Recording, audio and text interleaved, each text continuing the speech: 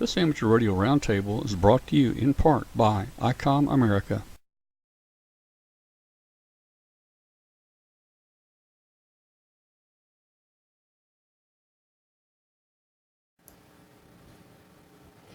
All right, mic test 1, 2, 3. Boy, something's not working right tonight.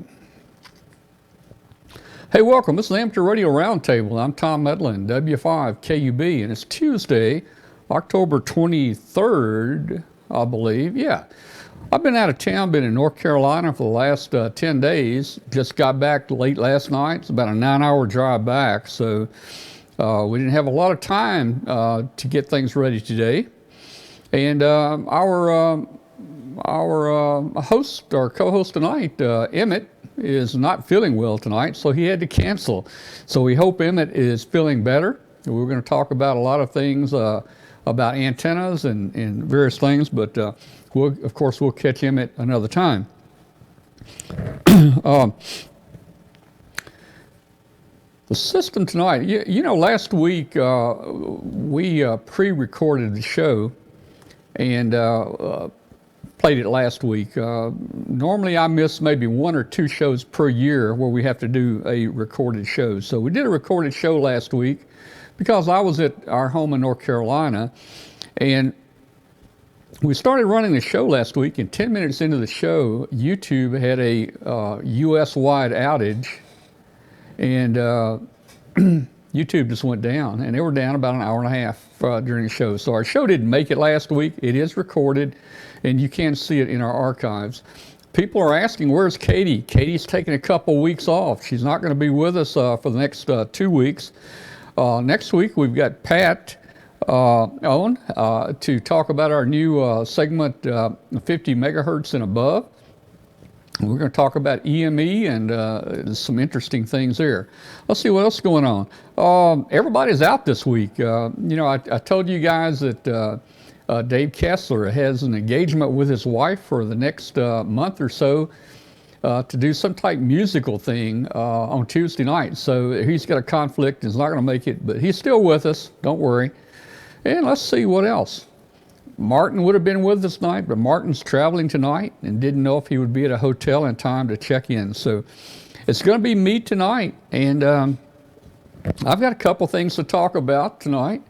And, you know, we're going to make it a real casual night tonight. Might do an open mic where we open the phone lines for you guys to call in.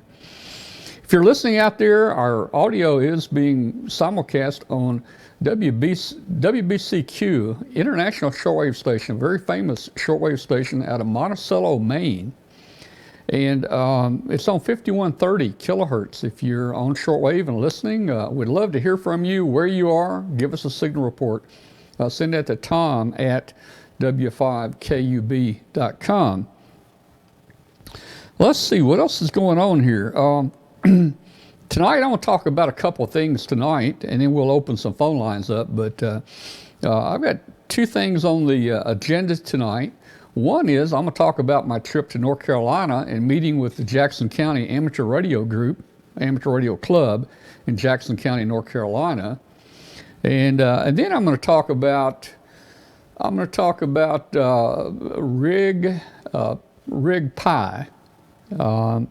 A new Raspberry Pi remote base station that's being developed right now. It's going to be out soon, and I'm going to be helping beta test. So we'll be talking about that in a few minutes. So let's see, and I'm able to, and I'm kind of watching the chat room here in case you guys have any questions. Just feel free to interact with me directly tonight. Again, very informal show tonight. So hey, I want to tell you a little about my trip to North Carolina this week. Of course, you guys know we have a home over in actually it's the Blue Ridge Mountains. It's right next to the Smokies. They kind of run together, and it's called the Blue Ridge Mountains. And it's over in western North Carolina. We have a home over there, and we get over there about 2 or 3 times a year. And I was over there last week. And when I get over there, I get to meet up some of the local hams that I've met over the past year. So, just to give you a little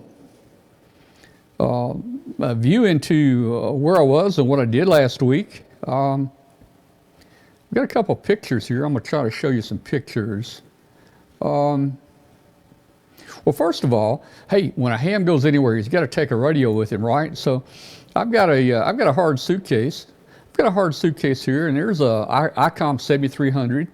I've got a suitcase there with foam rubber all around it. I've got a little power supply in the other foam there. You can see some headphones. And I take an auto antenna tuner with me. And I usually shoot a wire about 50 feet into the air, straight up, and I'll lay me a few radios down on the ground. And I use a SG237 auto antenna tuner. And it's pretty nice when I get over there. This is an old picture, but this is kind of what it looks like. This is kind of look like when I operate outside there. There I am on the front porch. And when the weather's nice and everything, it's pretty nice to be able to sit out on the front porch and, see what's going on down in the valley. Now, if it's a little cool, and this year it was a little cool, I'll just set me up a card table inside the house and, set my radio up right there. There's a 7300 and a little power supply and a computer. And I make contacts there. Now, what kind of view do I have from there? Well, here's our view. Here's what I see off our front porch. I can kind of see down in the valley. And I want to show you two different shots here that kind of contrast each other. That's what it looked like the 9 days we were there. Very clear and pretty good temperatures. Now, the last day we were there, yesterday morning, we had our first frost, I think, at least the first one I saw. And here it is yesterday morning. The clouds had kind of moved into the valley below us. And if you look real close, there, you can see the fields out there. They look like they have snow on them. That's frost. But the interesting thing is, if you look at the grass there in our front yard, there's no frost on it. So I don't know. Maybe you weather guys can tell me what causes that. I'm guessing that moisture and that cloud down low probably condensed on the grass, and it made frost or something, whereas at the higher levels, maybe we didn't get that. If you look at the top of the mountain over there, you see a little bit of sun starting to poke through right there. So that was our view yesterday. Now, while I'm over there, last time I was over there, I spoke at the Jackson County Amateur Radio Club there in western North Carolina, and this is the group right here. We met at a restaurant, had breakfast, and we had a great meeting there. Let's see. I also spoke to him again this past Saturday there, and we had a discussion about satellite operation and operating the International Space Station. And there I am right there talking to them, and boy, I tell you, there was really a lot of interest in the satellite operation. I think one person in there has tried it. He's heard the space station. I don't think he's talked to them, but we went over some techniques and some ways to make a contact, and there were really a lot of people interested there. Saturday afternoon, we had a cookout. We had a ham radio cookout there at our place, and all the club members there, a lot of them came to eat hamburgers and hot dogs. And here we are. I didn't get my camera out in time, but the cars started coming in and parking down at the bottom of the hill, and they're walking up. And boy, I tell you, that's a pretty steep hill to walk up, actually. But I did it several times. Here I am. I'm the chef. Boy, I tell you, I'm cooking hamburgers and hot dogs there. And Jeff, KM4QBC, also helped me. I'm not a very good cook. I haven't cooked hamburgers in a long time, but we were able to to successfully cook the hamburgers without, burning them up or anything like that. So we had hamburgers and we had hot dogs and we even had veggie burgers. Now, I've never cooked any veggie burgers before, but a few people brought some veggie burgers and we cooked veggie burgers. Here we are inside our garage there. Although the weather was really nice, we didn't have to be inside, but it was real convenient for us just to set up inside the garage. So we've got all the food out there. There's a couple of the local hams there fixing their burgers. Another shot outside there, right outside the garage. And let's see, there's another shot there. Boy, the tub there was full of all kinds of things. Now, we didn't have any liquor or anything like that, guys. We had Diet Coke, we had Diet Pepsi, and we had Pepsi. Now, here in Memphis, I think we're Coke people. But I understand over in North Carolina, they were Pepsi people. But you know what? Out of all the Pepsis I put in here and all the Cokes in here, the Cokes won the challenge. Very few Pepsis were had, so I don't know if we've introduced a new product over there or if the guys are, switching to Coke. Here we are again. Here's the grill out there. It looks like one last hot dog coming off the grill. Here's some of the tables inside the garage and a lot of the ham community, the local ham community there. Another shot there, and I see a Pepsi right there. I think that's Robert there drinking a Pepsi, but if you look, I think you'll see a couple Cokes down the end there, so I don't know. And I talked to Robert tonight on the net, the 40-meter net. He checked in. In fact, we had several people check in from that area, from Cullowhee, Tuckasegee, Silva area that were members there. They checked in our 40-meter net tonight. Another shot inside the garage. We felt lucky to have this space in case the weather was bad. We could still have the cookout, but the weather did turn out very nicely for us to all get together and eat hamburgers and hot dogs there. Now, we should have some people in the chat room tonight from North Carolina. So, hey, if you guys saw yourself or you're in the chat room from North Carolina tonight, just say hello, say hi in the chat room. Would love to say hi back to you. Also, if this is your first time, if any of you guys, if this is your first time to join our show, we'd love to hear from you. Tell us in the chat room that this is your first time in here. Hey, look at there. I got a picture of me. Of course, that's a selfie. It was hard to get pictures of me with me taking all the shots there. And, we had ladies that were hams and guys that were hams. In fact, my wife, Kathy, found one of the ladies there, one of the hams, that actually is into, family tree type information. And of course, Kathy's deep into that. And they found out that they're related to each other. So Kathy found like a fourth cousin or something, once removed, whatever all that stuff means. Kathy found a cousin that came to the ham club there, or came to the cookout there from the ham club.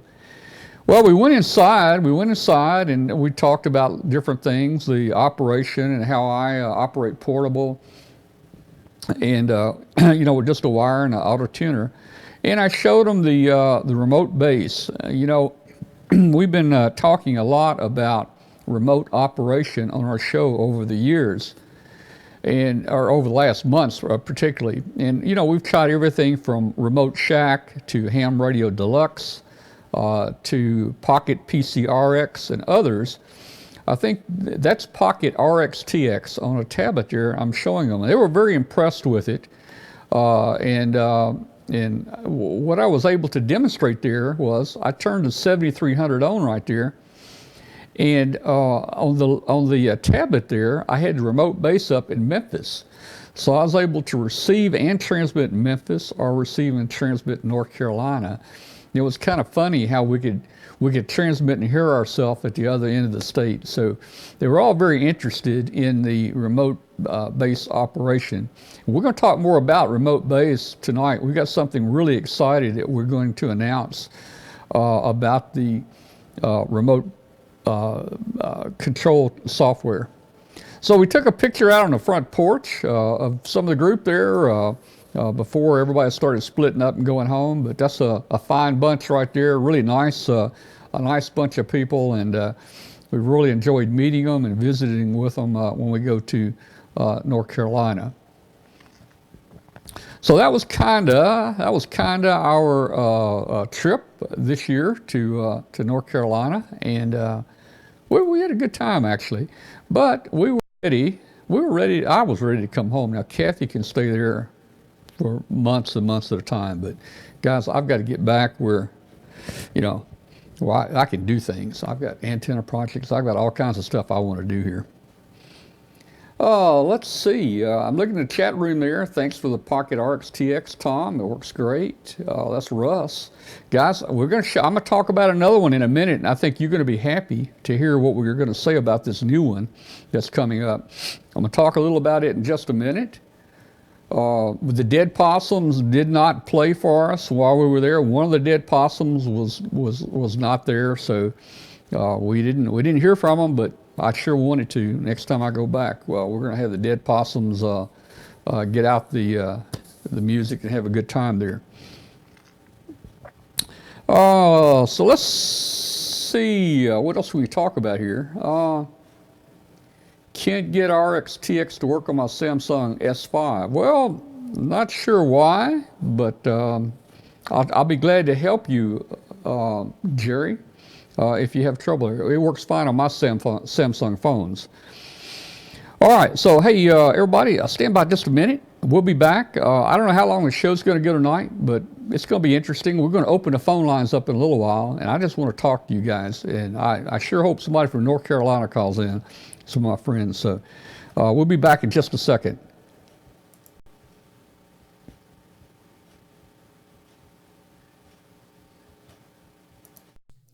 It's time to get the transceiver that's best suited for your lifestyle. ICOM offers a variety of high-performance and innovative products. See how you can make the most out of contest season with one of these transceivers. The competitive edge you've been looking for is in the IC7851. Raise the bar and hear what others cannot hear with this flagship HF 50 MHz transceiver.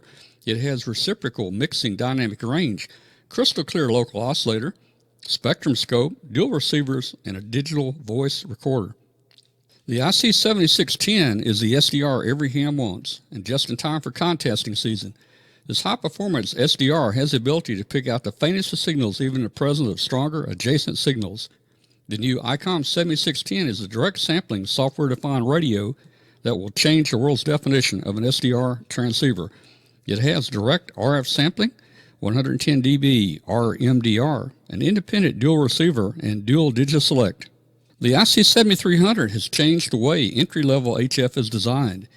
This high-performance, innovative HF transceiver with a compact design will far exceed your expectations. It has RF direct sampling, 15 discrete bandpass filters, a large 4.3-inch color touchscreen, real-time spectrum scope, and an SD memory card slot. Visit icomamerica.com/amateur for more information on ICOM radios.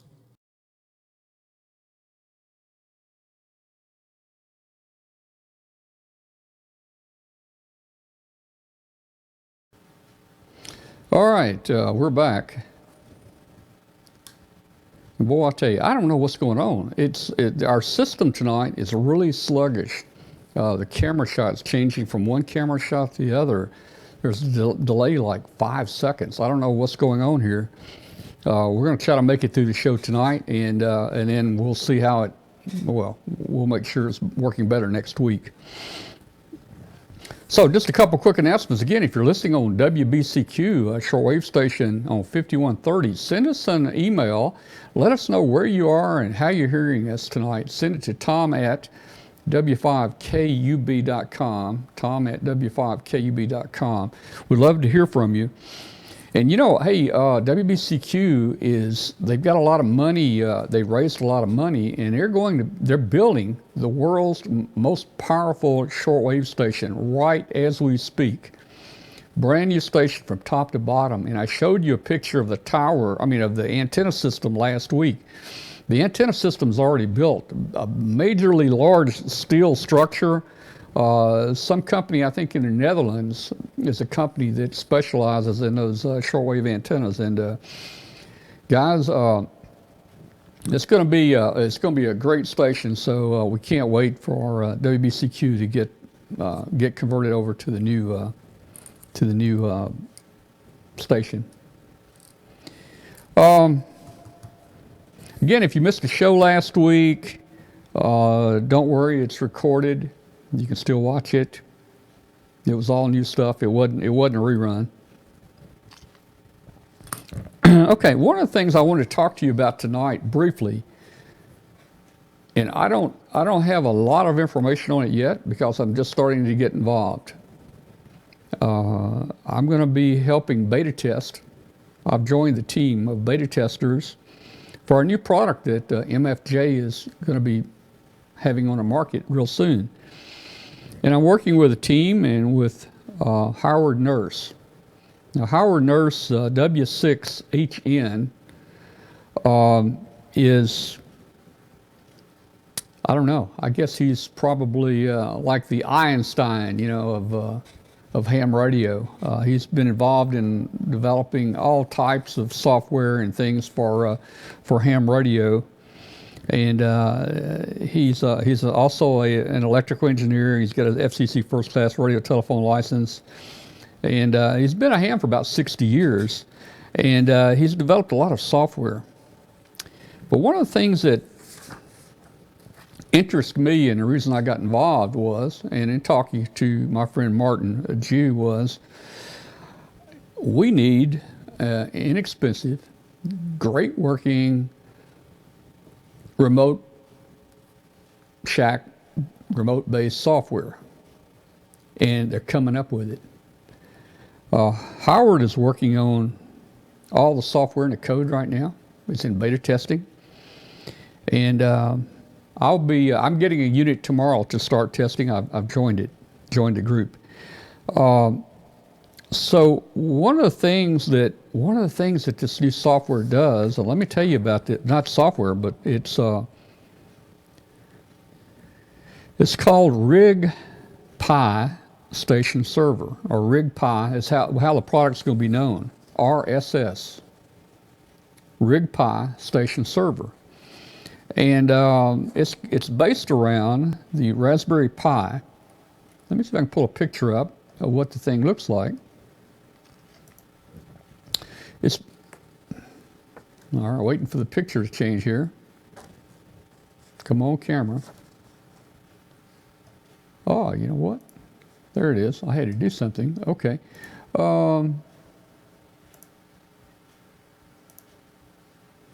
All right, so this is a picture of what it's going to look like. This is a prototype model right here. And this is called the Rig Pi Station Server, RSS. It can be used as a remote base, but it's a whole lot more than that. This thing is going to come preloaded with the Rig Pi app, which provides radio control of your radio, CW keying. You'll be able to work CW remotely. It does logging, spot management. It'll do call sign lookup. All the popular digital modems like FLDigi and WSJTX are all preloaded in this thing.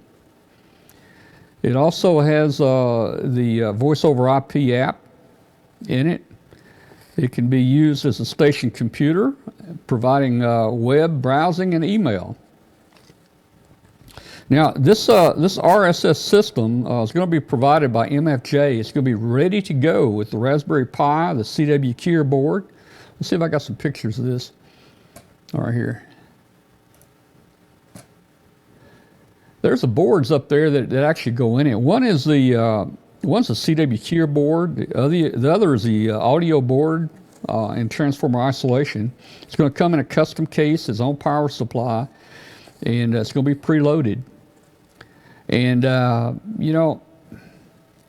this is going to be a great device because it will work not only on how the Pocket RXTX worked on Droid only. This is going to work on anything that has a browser. It'll work on iPhones, iPads, Android, Windows, Macs, Mac OS, Chromebooks, Linux. Anything that has a browser will be able to use this little interface right here back at your ham shack.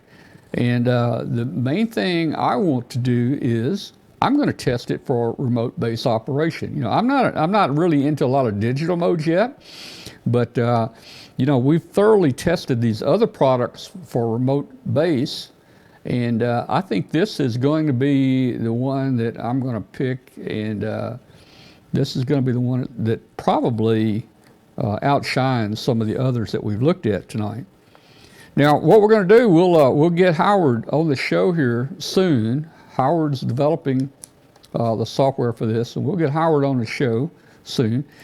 There's a picture there, I think, just of a browser, typical browser, where you can get on with any browser and control your rig and make contacts. So this is going to be kind of cool right here. The nice thing about it is, hey, it'll work with Linux too, man. If you're interested in looking at it, you can go to https://rigpi.com, RIGIPI.com, and you can see more about this and what's out there. It's going to be very inexpensive, and man, you're not going to need a computer. You don't have to have a computer now with this. Now, one of the things that I wanted to mention, I've just met or have been talking with Howard Nurse recently about joining the team here, and I didn't realize this, but Howard's father was the president of Heathkit company. Now, all of us old timers, and Howard has even done some work for Heathkit company. But let me see if I can show you. Let's see. Everybody remembers the Heathkit company. Let's see if I can get. Let me find the right thing here.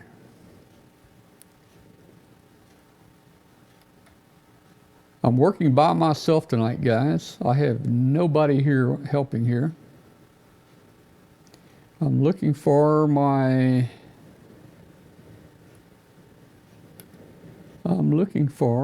here we go. Everybody remembers Heathkit. For all of us old timers, that was the company, man. And Heathkit had everything, man. They had everything in here. Look at this. This is a catalog from like 1970. You could build your own color TVs. You could look at those TVs you could build back then. This was so cool. And I know a lot of people that built those TVs. They had everything from entertainment, TVs, two-way radios, test equipment, and of course, many of you remember they came out with the Heathkit transceivers, which were just outstanding, like the HW100, the SB101, and all those. If you look right there, there's a picture of Howard's dad. Howard's dad was Mr. Nurse, who was he was the president of Heathkit company, and in every I remember just about in every Heathkit catalog I got, Mr. Nurse there would have a page in there talking about Heathkit. Man, well, I really miss these guys. They've really got some stuff. Look at the radios you could build and record players, and look at it. They even did garage door openers back then. I didn't remember that. Garage door openers. Look at this test equipment, AC/DC converters. You name it, Heathkit was the company that really had a great product out there.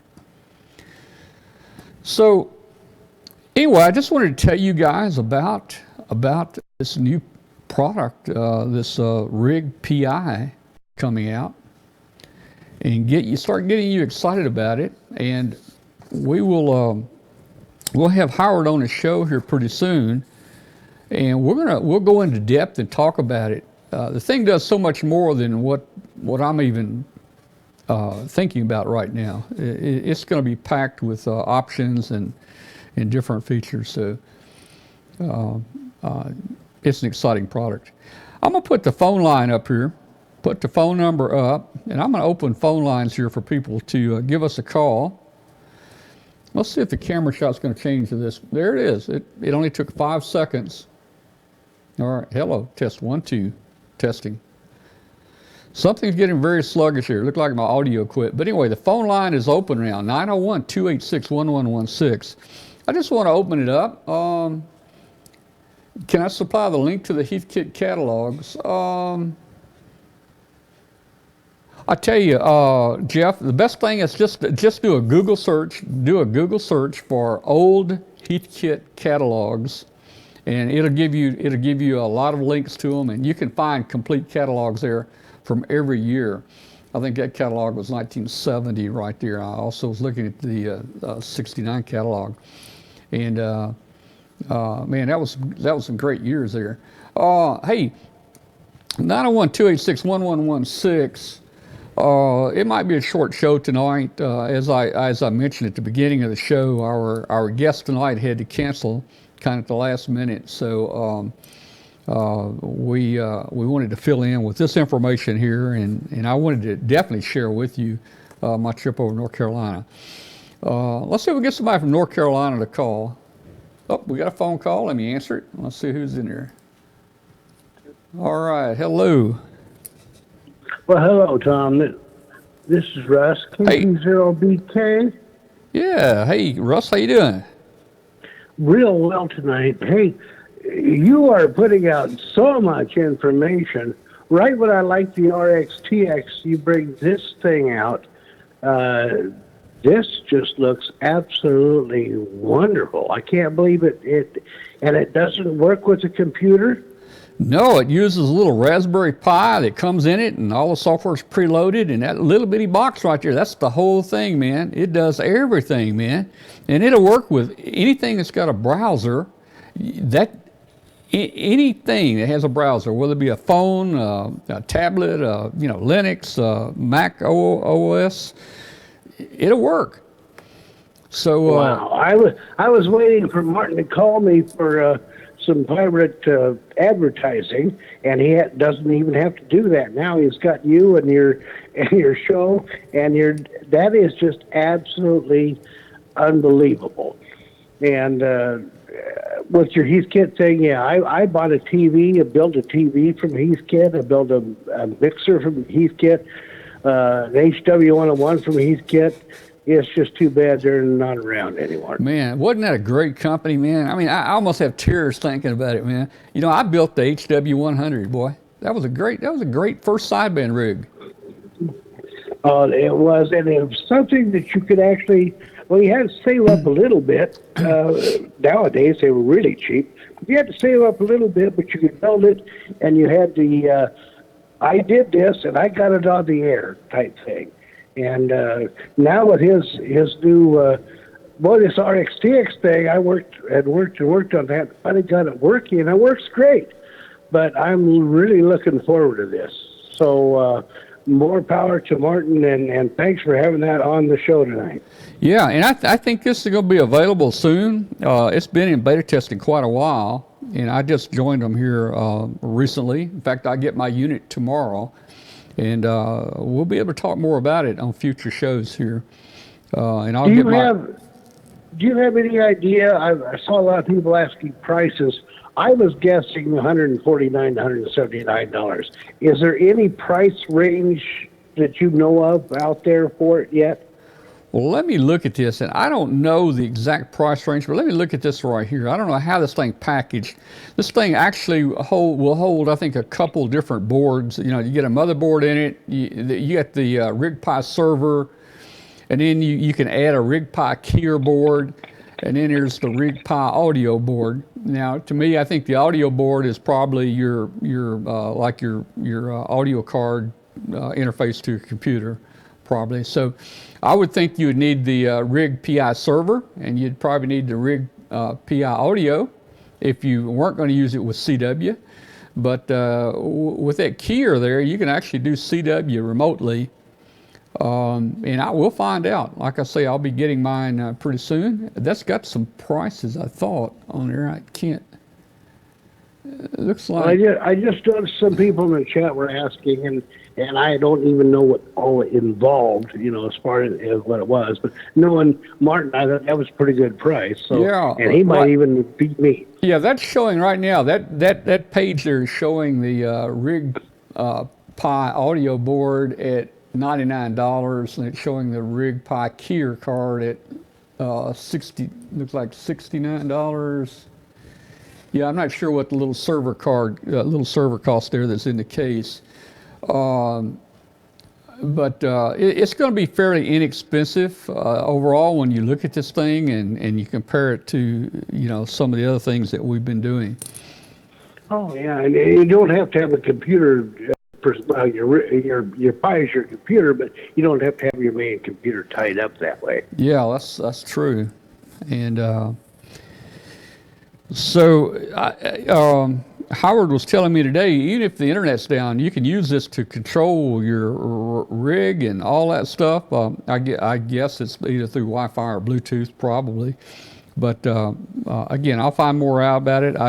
I'm so excited about it. I wanted to share that with you guys tonight because I know everybody that's been watching the show has been very interested in the remote shack stuff that we've been doing, and this is just another step, I think. Oh yeah. Well, while we're talking, I'm packing up, ready to drive over to your place. I should be there tomorrow evening sometime, so we can play with it. All right, so you're coming over here now. All Let's see. from Iowa. You're in Iowa. Let me think how long it'd take you to get here, so I can straighten up the house around here. I think we could do it in 7 or 8 hours if we really hurry. But well, that's a fast trip, Russ. It took us 9 hours to get home from North Carolina yesterday, and we weren't driving any slow speeds. You know, 70 and 80. You know. And well, you take care. Yeah. Thanks for your show tonight, Tom. This was awesome, and like I say, I thought the RX-TX was something, and it still is. It's great, but it took a little hooking up. This one looks like you almost, once you have it, everything installed, you plug it in and you go. Yep. All right. Well, thanks for calling, man. Thank you. Again soon. Oh, I tried talking. I didn't even try talking to you tonight on the pre-net. You've got to get it better than that 6 signal down here in Iowa. Yeah. There were a few people that were, you know, in the noise. But a lot of people were pretty good that we heard. But yeah, let's just keep trying. I think the propagation is going to get better. We'll make it one of these days. All Thanks, right. Tom. All right. Thanks for calling, Russ. Goodbye. You betcha. All right, guys. Hey, 901-286-1116. Give us a call. And Jerry in the chat room there, yeah, Howard Nurse, he's W6HN. W6HN. All right.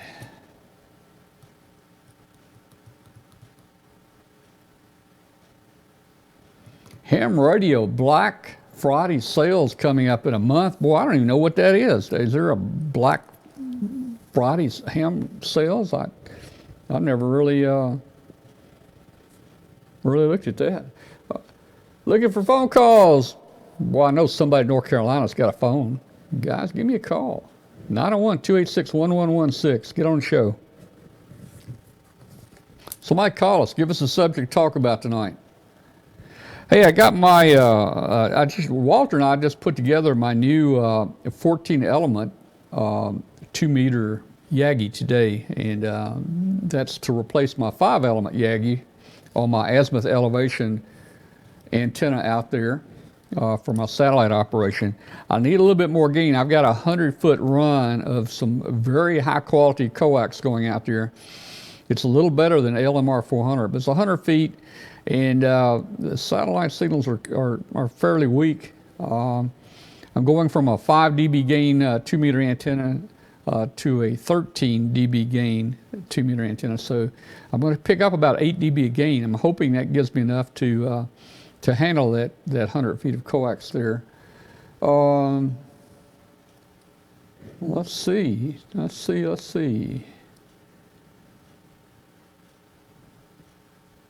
Andy says no phone line here. Andy, you're going to have to get you a phone line, that's for sure.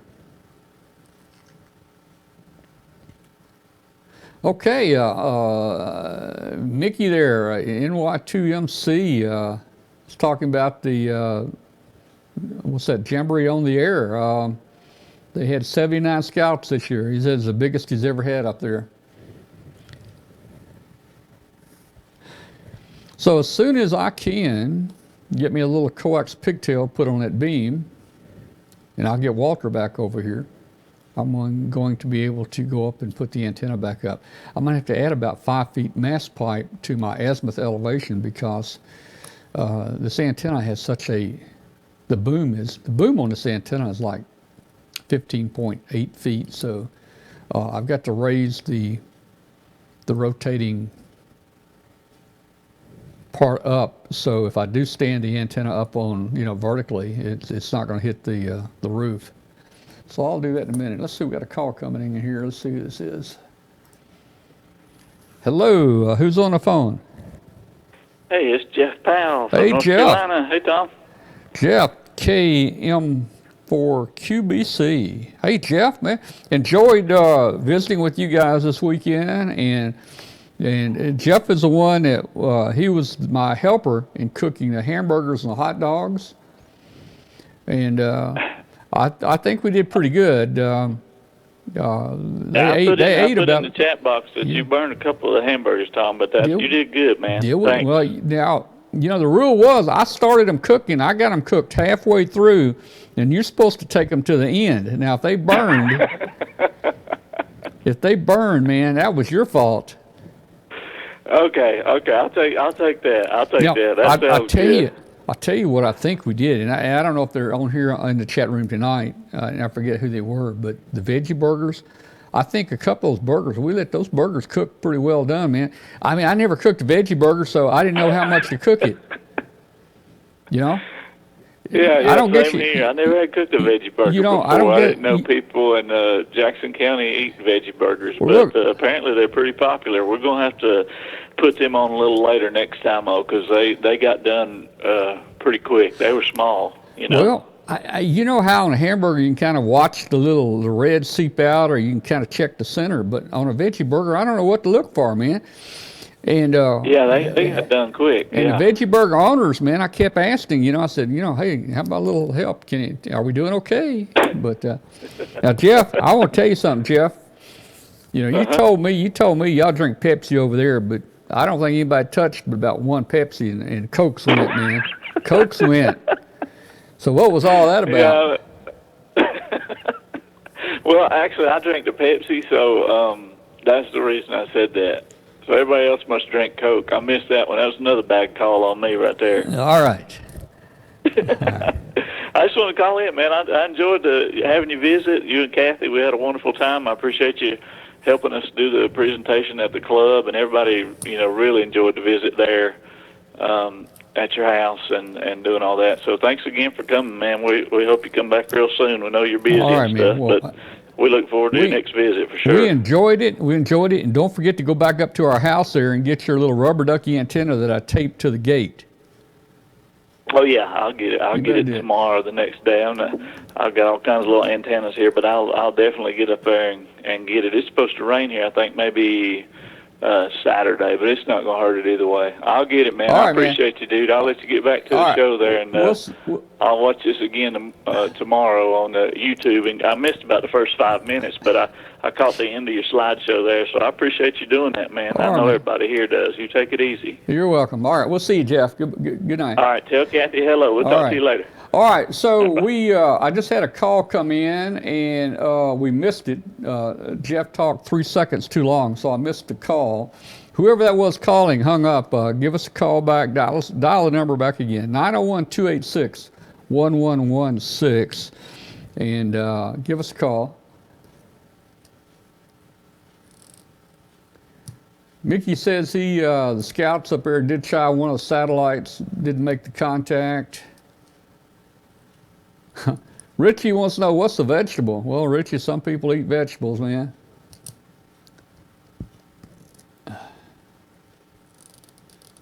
Let's see. Ever had a slug burger? Yeah, hey, I know what a slug burger is. In fact, I think it was invented in Corinth, Mississippi. I go through Corinth. There's a little, there's a drugstore in Corinth, Mississippi, that also has a little bar-like cooking place there. And during the Depression, they invented the slug burger, and they still sell them there. I've never really had one, but they sell the slug burgers there. And if you know what's in a slug burger, tell everybody there in the chat room, because it sounds pretty bad to me. I've never had one. I eat just a regular hamburger there.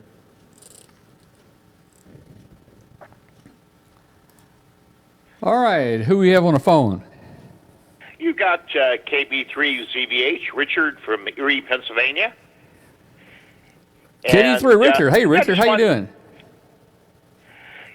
Yeah, I just wanted to let you know I really appreciated earlier when I was on the net and was able to hear my voice from your station. That's the first time I've ever heard myself from a distance.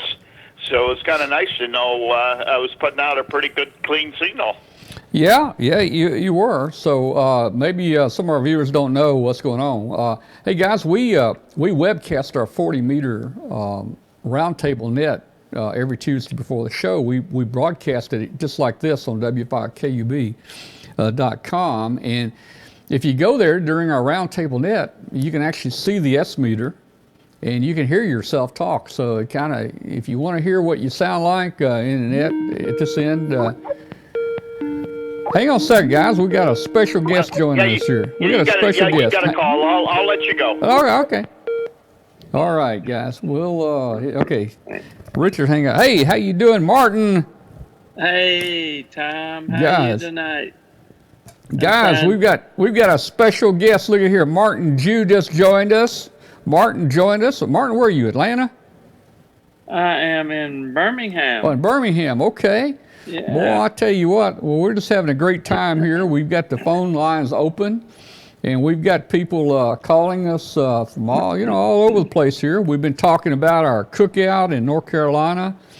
Hey, Martin, we've been talking about the Rig Pi here, your RSS. And there's a lot of interest, boy. I mean, there's people that are really digging this, man.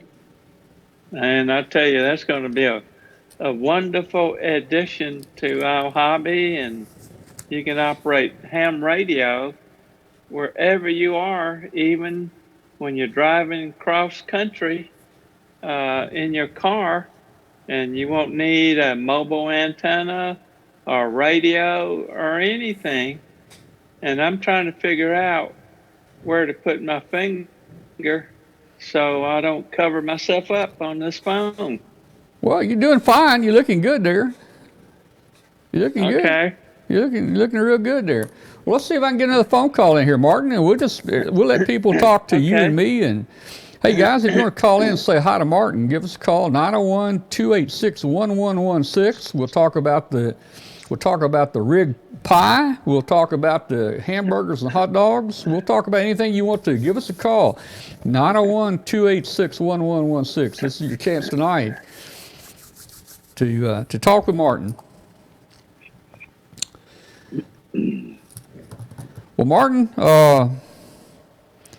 I got my 14 element Yagi, my 2 meter Yagi put together today. Walter came over and we put that together. So I've got to get that up. Wow. Got to get that up now on my mount out there and see if that makes a difference. You know, my satellite reception is a little weak, Martin. I've got 100 feet. I ran that messy low loss Superflex coax. Oh, the coax. Yeah. And it's about like the That's LMR good stuff. 400. It's pretty good. It's good coax, and but of course it doesn't beat like 1/2 inch hardline or 5/8 hardline, but it's pretty good.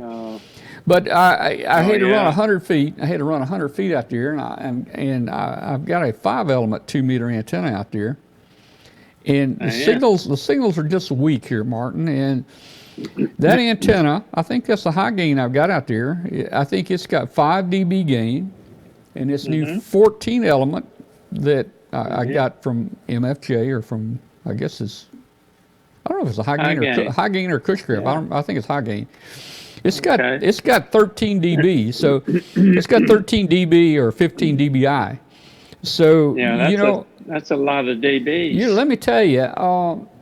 So I'm going from 5 to 13. I'll have 8 dB gain up there. That's almost like a preamp at the antenna, isn't it? No, it is, and it's better than a preamp. Doesn't put any noise in it. So that should help me.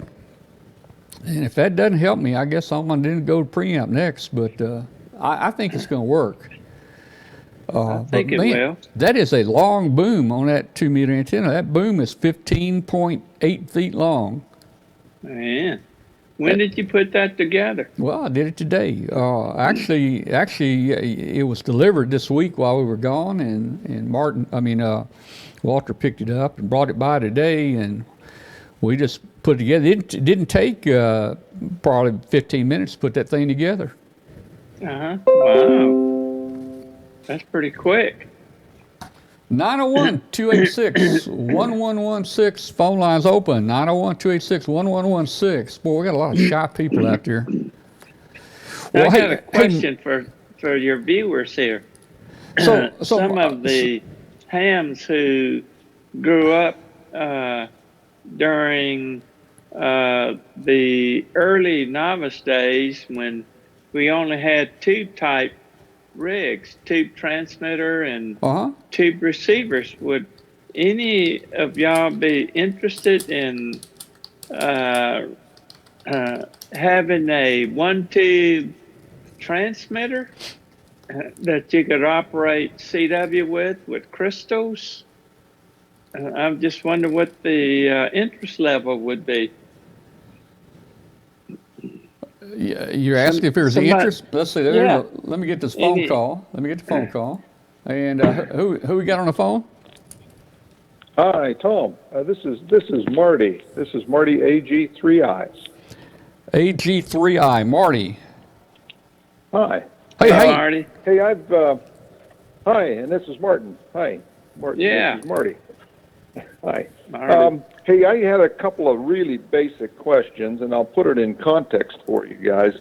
I'm an extra since 1979, and originally licensed in 1970, and I've been trying to figure out.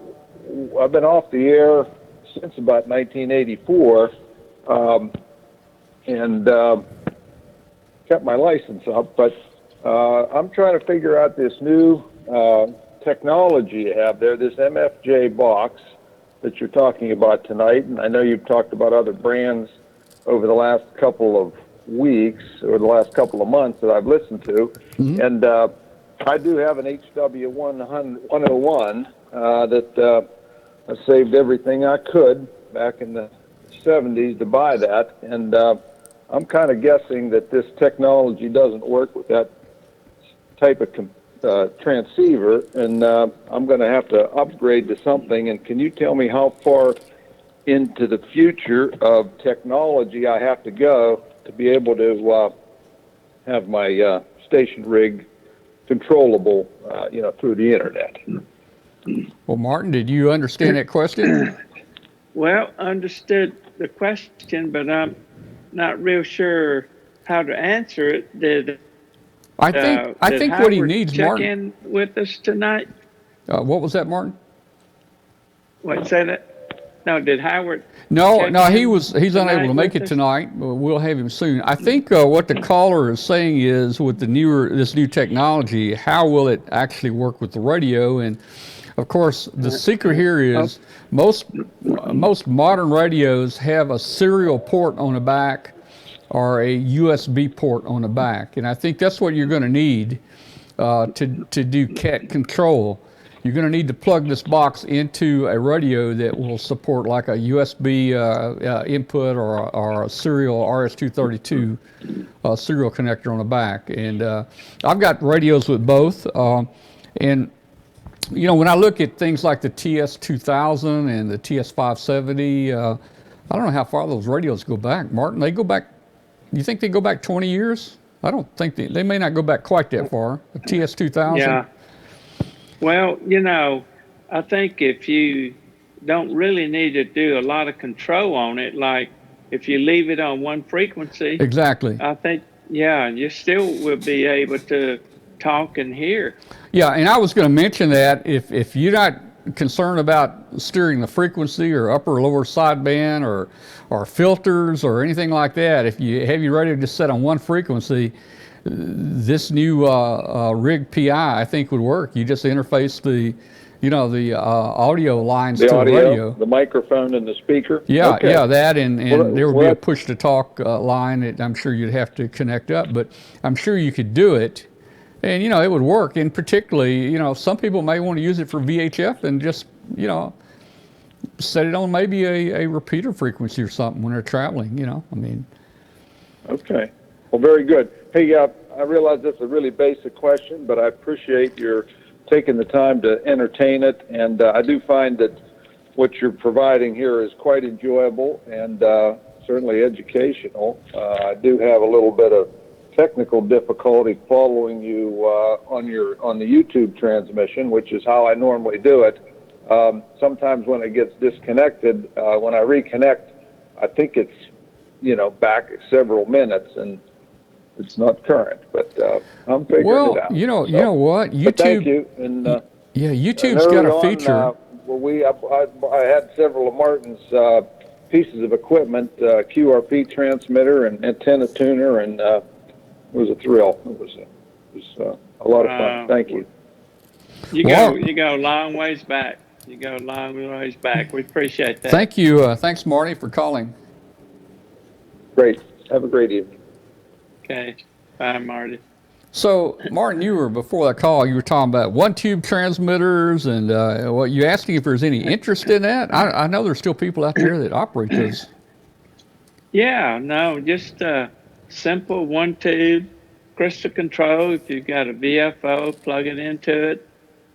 Put out 4, 5, 6 watts. Just like it used to be, and Pi network output, and just operate just like it was. And if there's interest in there, maybe there's interest in a simple tube type receiver, and try to recreate the fun that we had when we were novices. I just wonder if there's anybody that would be interested in that. That's a good point, Martin. It was so exciting for us back in 1960s to get that box of parts and get that instruction book out and build that transmitter or whatever, and it worked, and we made contacts with it because, hey, back then we didn't have sideband or know what it was, or no 2 meters, or no repeaters. I mean, that's all we had. Now, it may be a challenge to some of today's people. They'll have to want to do this. They'll have to want to go back to the olden days.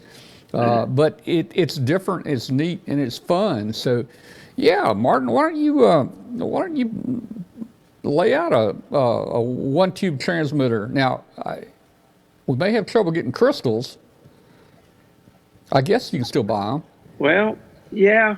Well, we could supply a crystal with it, And, the big problem is the power supply, but we could supply a power supply with it that can take like a 12-volt input, and it'll boost it up to 300 volts or so and operate the tube. And, it's just having some fun, trying to do it like we did in the old days. The challenge back in the old days was just being able to make a contact. If you made a contact, that was a big deal. It really was. I mean, I've described ham radio like going fishing. When you turn the radio on, you never know who you're going to catch out there. And back then, we didn't catch a whole bunch of fish. Boy, but when we did catch a fish, it was exciting, wasn't it? Oh, it was incredible. When I first got my novice license, I had a home-brewed transmitter using a World War II surplus tube as a final amplifier, which was a 12-volt version of the 807. And it was crystal controlled, had 22 watts input power, which translates to about 10 watts output power. And just making the contact was just an incredible thrill. And, I think some of us would like to kind of recreate that exciting time that we had just trying to make a contact. And, it was pretty incredible. You put a piece of wire up, you have a little telegraph key, and you send out CQ. And I remember the first contact, I had pages after pages calling CQ. Back then, we had to enter every transmission that we made in the logbook, but pages after pages of CQ, no answer. CQ, no answer. CQ, no answer. Yeah. Oh, yeah. And when we got an answer, that was pretty incredible. Oh yeah, that was a good old day. So hey, let's say we build this kit for everybody out there. What kind of tube we're going to use? I mean, are tubes getting hard to find now? Well, they are getting hard to find, but it's been several years ago. But I bought 100 5763s, and you can get at least 5 watts out of it without pushing it too hard. So crystal control. 5 watts output power. That's a lot of power. You got to put like 10, 12 watts to get that much out. Martin, I sold, Martin, you're not going to believe this. You're not going to believe this, but let me think. 10, 15, 20 years ago, I sold 100 5723s that were new in boxes. I sold 100 of them. And to somebody down in Florida bought them. They paid $1 a piece for them. And I thought we did really good. That might have been me. That might have been you buying them, but they may have sat around for 20 years, I threw away so many tubes when I moved a couple times back. I threw away probably 500-600 tubes out on the curb. Yeah. I kept a lot of the big transmitting tubes and stuff, but I sold. I threw away a bunch of tubes. But those 5763s were new. They were in the boxes marked, and I felt like they had a little value to them. But okay, so I don't know if we can find 807s or 1625s anymore. If we do, they've probably kind of been beat up. What do you think? Oh, I hadn't seen any of those on eBay. I'm always looking on eBay for stuff like that. Yeah. Well, you might be able to find, one that I've seen. Maybe a 6L6. How would that compare to a 5763? Well, that's probably a more hefty tube. Yeah. They used a bunch of 6L6s in a lot of audio stuff. Yeah. Yeah. And they're still being made, 6L6s, but tubes like 5763 were, World War II, 40s, 50s. Vintage, and all those would be old tubes. You remember the 6AG7? Yep. Yeah. That's the tube everybody used for an oscillator, and also by itself as the whole transmitter. I'll tell you, it wouldn't. And I was off. Go ahead. No, you go ahead. Well, hey, you know, I'm thinking back to 6L6 in my old TV days. Didn't they have a glass one, and didn't they also have a metal one? Or was it the 6L6 completely They metal? did. There was. Uh-huh. No, you're right. I think it first came out as a metal one. Then Was they it? started making glass ones. Uh-huh. And, you know, if there's some interest in a simple T-type transmitter like that, then we could build a simple receiver. Maybe not totally regenerative, but something that was called band imaging back then, where you had the local oscillator at one frequency, and you could cover 80 meters and 40 meters, and all you had to do was to retune the pre-selector and be able to cover both bands, and then you could do it you can make a really nice receiver with two tubes, but each tube would be dual tubes, like a Pinto and a trio, and the first stage would be a mixer oscillator, and the second stage would be a regenerative IF, and then the third stage would be an audio amplifier, but it would only take two tubes to make a full superhead. And you know, we could do it where it would be inexpensive enough for someone to play with and make some contacts with it. And if there's some interest in it, you know, because I've been playing with it anyway, it wouldn't be hard to build those.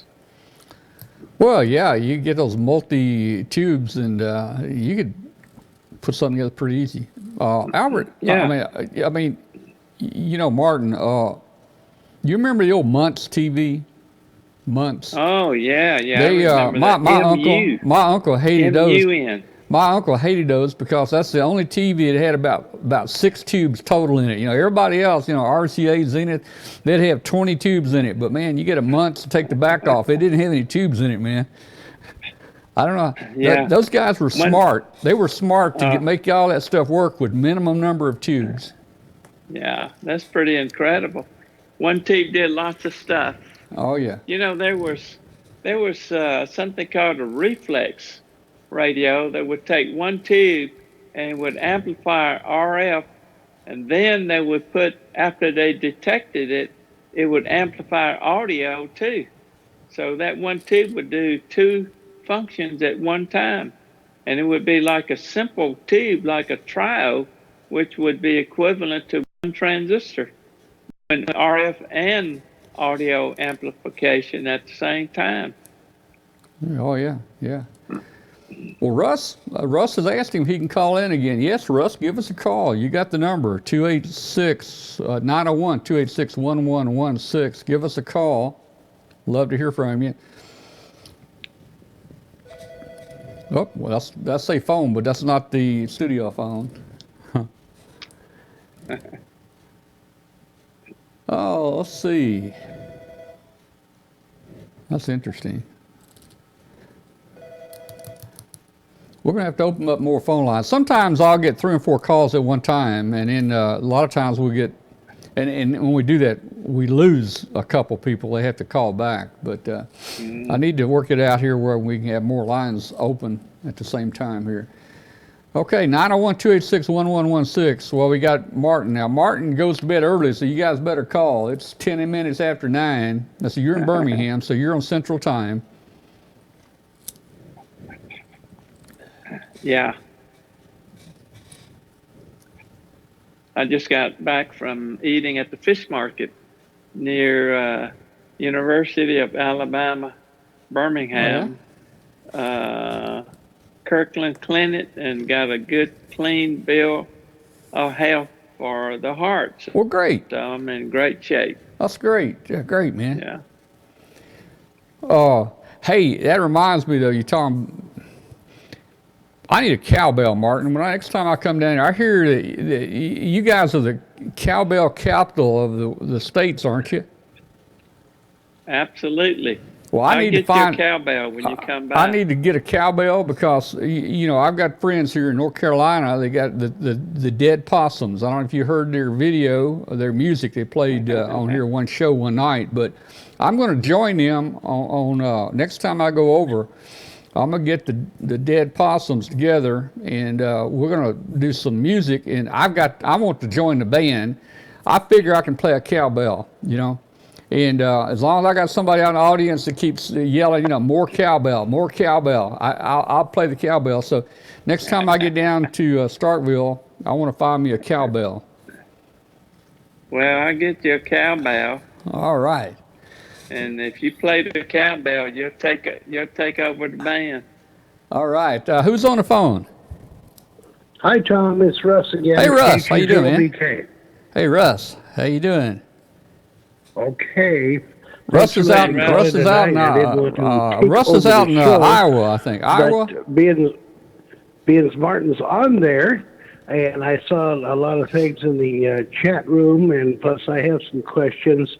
Martin, on your, first of all, we're all dating ourselves, going with the Heathkit stuff and the one-tube radios and such. Sorry about that, but it was always a lot of fun. But my question really is on the MFJ 1234, the Rig Pi. People are asking, and I'm kind of wanting to know also, is that going to take? How much more is that going to take than just the Pi, the Raspberry Pi itself, to get it hooked up? Well, as far as I understand, that's it. You just hook it up to the radio. Of course, the radio's got to be capable of being controlled. You don't need a computer or anything. It's just one box you connect to your radio, and then we make it really simple. All you would have to do is log on to a website using your browser, and then you can operate your radio. What we're trying to do is to take all the complication out of it. For us guys, especially for us guys who were used to one-tube transmitters from way back. Oh yeah. Okay. I think probably frequency I can understand. I've got a Raspberry Pi. I'm using it on actually the new JS8 call, not the FT8, but the JS8 call, and it's working great through the Raspberry Pi. So I've got the audio interface and all that connected.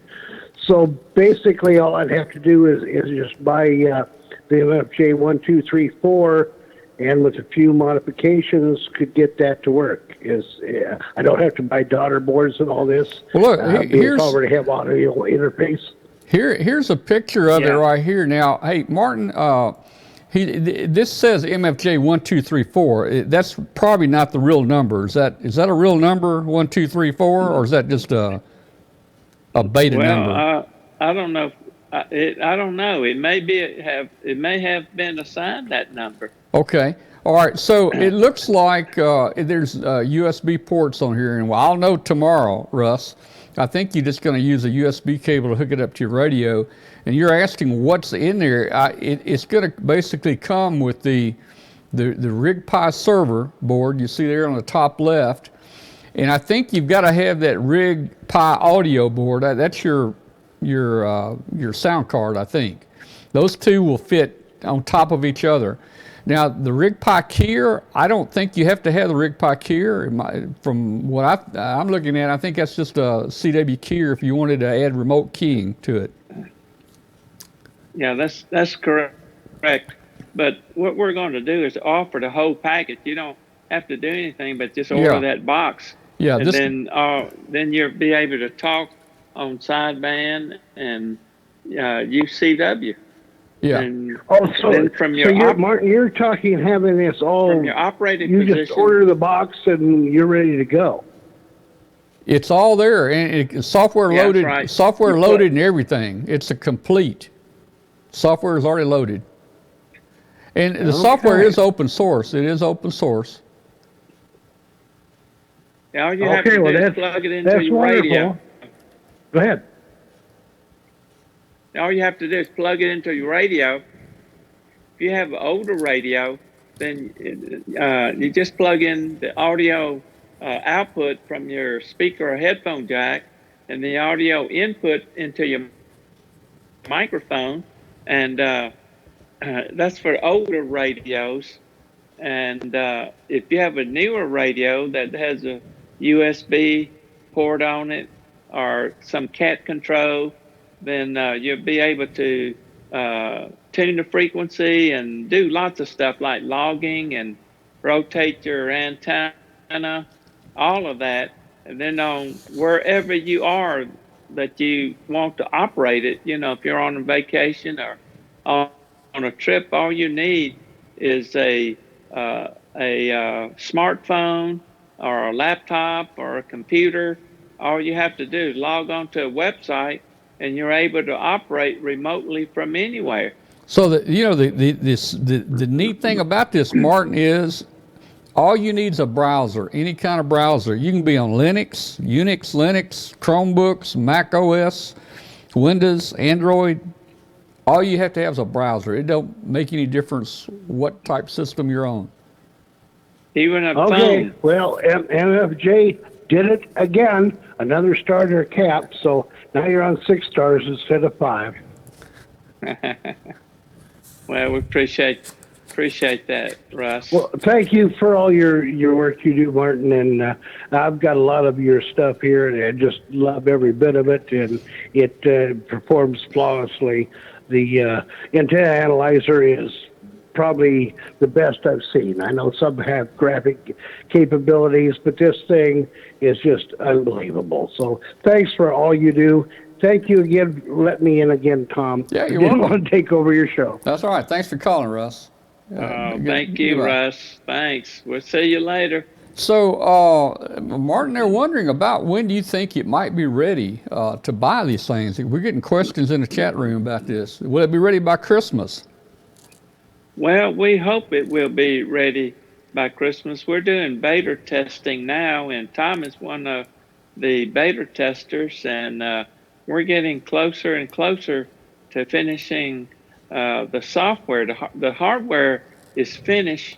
We're just got to polish up all of the software, and it's got so much that it can do, and at some point we're going to say, this is enough. Let's get something out, and even if it's a starter where you can just talk on sideband and operate CW, but we're trying to get it so you can have digital modes and have logging and be able to rotate your beam and switch antennas and everything just from a web browser.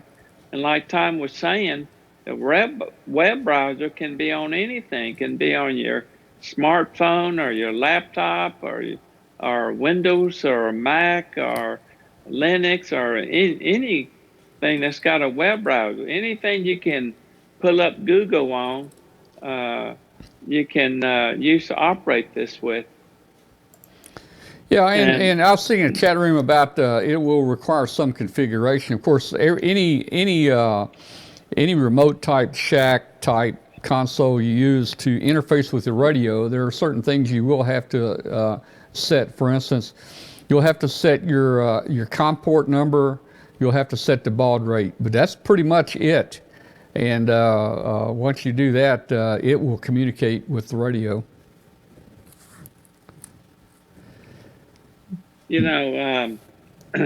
Howard Nurse, he's developing all the software, and for us old timers who had built lots of Heathkits, Howard Nurse's father was the president of Heathkit back in our days when we had all those ham radio equipment that was available to us. And his picture was on the inside cover with a letter from Heathkit. So a lot of y'all might remember or recognize Howard Nurse's father. Yeah, we mentioned that a minute ago. In fact, I pulled up a picture here. Let's see if I have it here. Let's see. Yeah, there he is right there in one of the magazines or one of the catalogs. That's him. Yeah, and of course different catalogs. And Martin, I was looking at, and that got me looking at some of the old catalogs. And I don't know if you can see this or not. Here's a 1970 catalog. Does that bring back memories? Looking at this kind of stuff. And I didn't remember. It sure does. I didn't remember all the things they had, Martin. I mean, they have everything in there from garage door openers to build your own TV. I remember the TVs, and they had some fine-looking TVs that people would build there. And it was something, man. And their ham radio stuff, of course, that's what I liked. Their HW100s, the SB 101s. When they started coming out with their sideband rigs. Man, they had everything here. It's just amazing. I didn't realize they had so much. There's a picture. There's a picture of Mr. Nurse right there in an article that in that catalog. Oh, Heathkit was unbelievable company. Look at that. We all grew up with Heathkit. Calculators. Look at that. You can build your own calculator. You see that, Martin? When I went to college, we did. I'm gonna let people know how old I am. We didn't have calculators back then. We had slide rules. Oh, A calculator. Yeah. I don't think a calculator had even been invented then. To tell you the truth, man. Yeah. No, you're right. We had a pencil and a piece of paper. Yeah. Hey, look at there, a microwave. I didn't remember this. They sold microwave kits. Wow. Microwave kits, radios. Let's see, phonographs, garage door openers, test equipment. Just everything, man. It was. Oh man. Well, Martin, you almost got a store like that. It's called MFJ. Look at here, metal detectors. Yeah. Oh man, they were into everything. Yeah. I just bought off of eBay a Heathkit GR54, which back in those days, if you read the ad for it, it was pretty incredible. Had a tune RF stage and 2 IFs and crystal filters. And but anyway, I got one and got it to working, and it's pretty nice little receiver. And also back during that time period, I got a Heathkit R55. I don't know. That was kind of like the Hallicrafter. I forgot what it's called, HR or HT? Yeah. Not HT. No, SX140. You had one of those. Well, I had the SX140. Yeah, I did. Yeah. That R55 was the night kit version of that one. Yeah. That was a pretty radio too, that R55. Didn't they come out with an R100 or? It seemed like they did. That was a step up. That was a nice radio. It had RF stage and had a key multiplier built in, and it had a printed circuit board. One of the early printed circuit boards that was used back then. I was looks like we're gonna see one. No, I was gonna get my calculator out, but I can't find it right now. Now that calculator that you showed in the Heathkit, I had one of those. I built one of those. That was long. We're talking about the 70s here. And when they first came out, I still have my slide rule. Well, that's what I'm looking for. I can't find. I've lost my slide rule. I can't believe it. I cannot believe it. You used to be able to do everything. Be able to do everything on slide rule. I've showed it. I've showed it before. It's just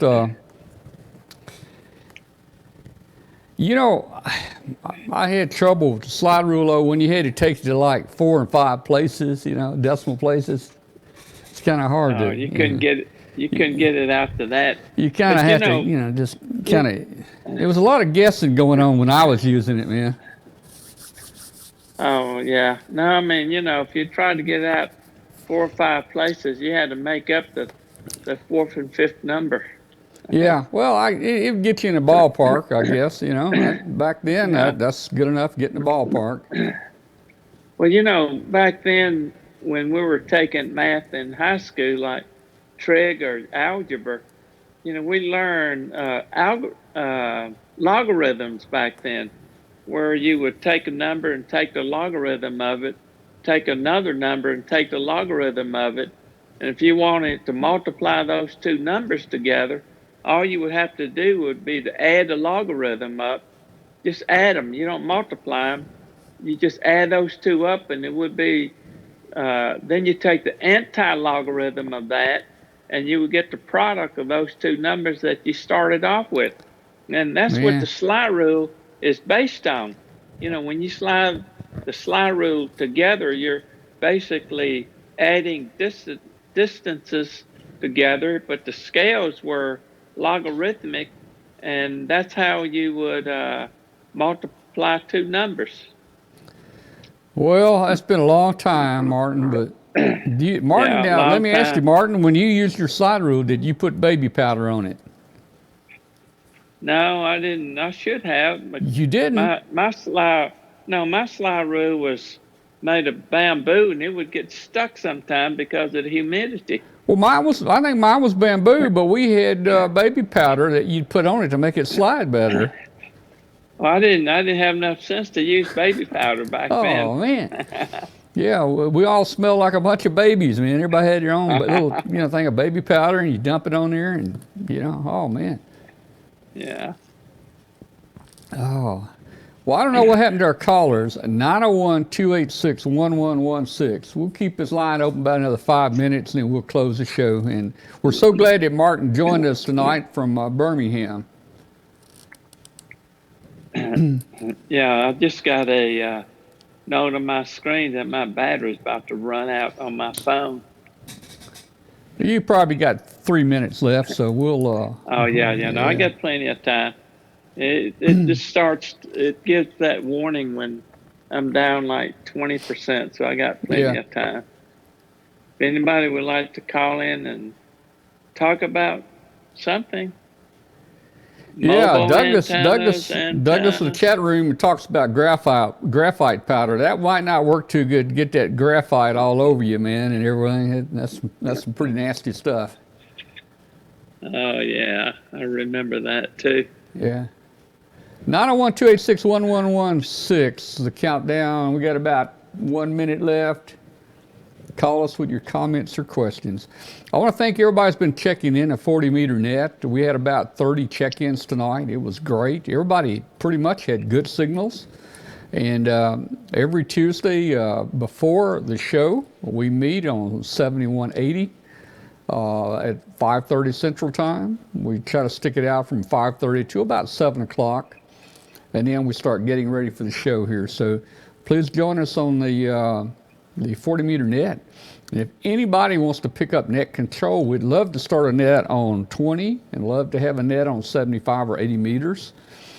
And hey, if some of you guys want to call the 40 meter net, that would free me up and I could do other things. I'd still like to check in and say hi to everybody, but I'm looking for net control stations. Martin, I think everybody's decided they're not going to call in, so I think we'll go ahead and close the show down. Let's see. Fall Tech Fest, 2018 Fall Tech Fest in Denver, put on by, what's that, NAOTC, the Tech Connect Radio Club. 2018 Fall Tech Fest is in Denver. Send me more information about that, Brent, and we'll be sure to publish it on the show. November 3rd, starting at 8 o'clock. in Lakewood, Colorado. All right, guys. Well, phone number's being turned off. And Martin, thanks again for calling in. And we're going to go ahead and close the show down, and I'm going to go watch a little TV. I've been gone for a week and a half, so I'm ready to settle back and watch a little TV or something here and kind of, get back in the groove here. And I got some ham projects to work on tomorrow. Okay, well, I'm glad to see everybody, and y'all have a good night and good week. All right. Good night, Martin. Okay, bye. Thanks. All right. Well, Martin did make it tonight. He didn't know if he would be able to make it or not make it, but we were lucky tonight. I want to thank everybody for tuning in tonight. I think the show went okay, even though with our main topic that we had to cancel tonight. I think we brought you some, a few interesting things that maybe you'd like to hear about. Get a cold 807. Hey man, I don't drink anything here stronger than pop. Of course, pop would drink almost anything. No, actually, I don't drink, but 807. That's what us ham radio operators call a beer. Hey, I see Farhan on. You guys want me to call Farhan? He's the developer of the micro BITX. He's in India. Do you think I ought to call him right now? Let me see. I know it's late. I probably shouldn't. No, I'm not going to call him and surprise him. He may be in his pajamas. Who knows? I'm not going to do that. All right, 73, everybody. I don't think we're going to do Hangout tonight. I'm going to get me a bite to eat, and we'll see you next week. Next week, we got a great show. Rich from CQ is going to be here for a few minutes talking about next month's CQ. And then we've got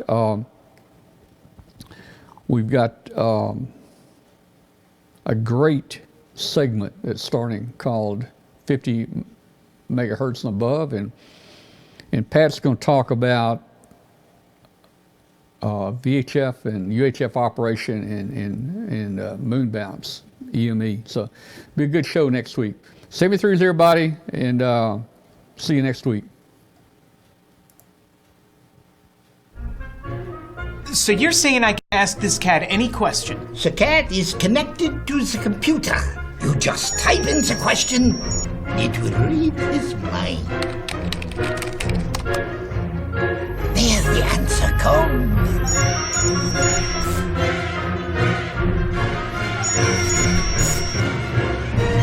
You're the man! I've been looking for this for weeks.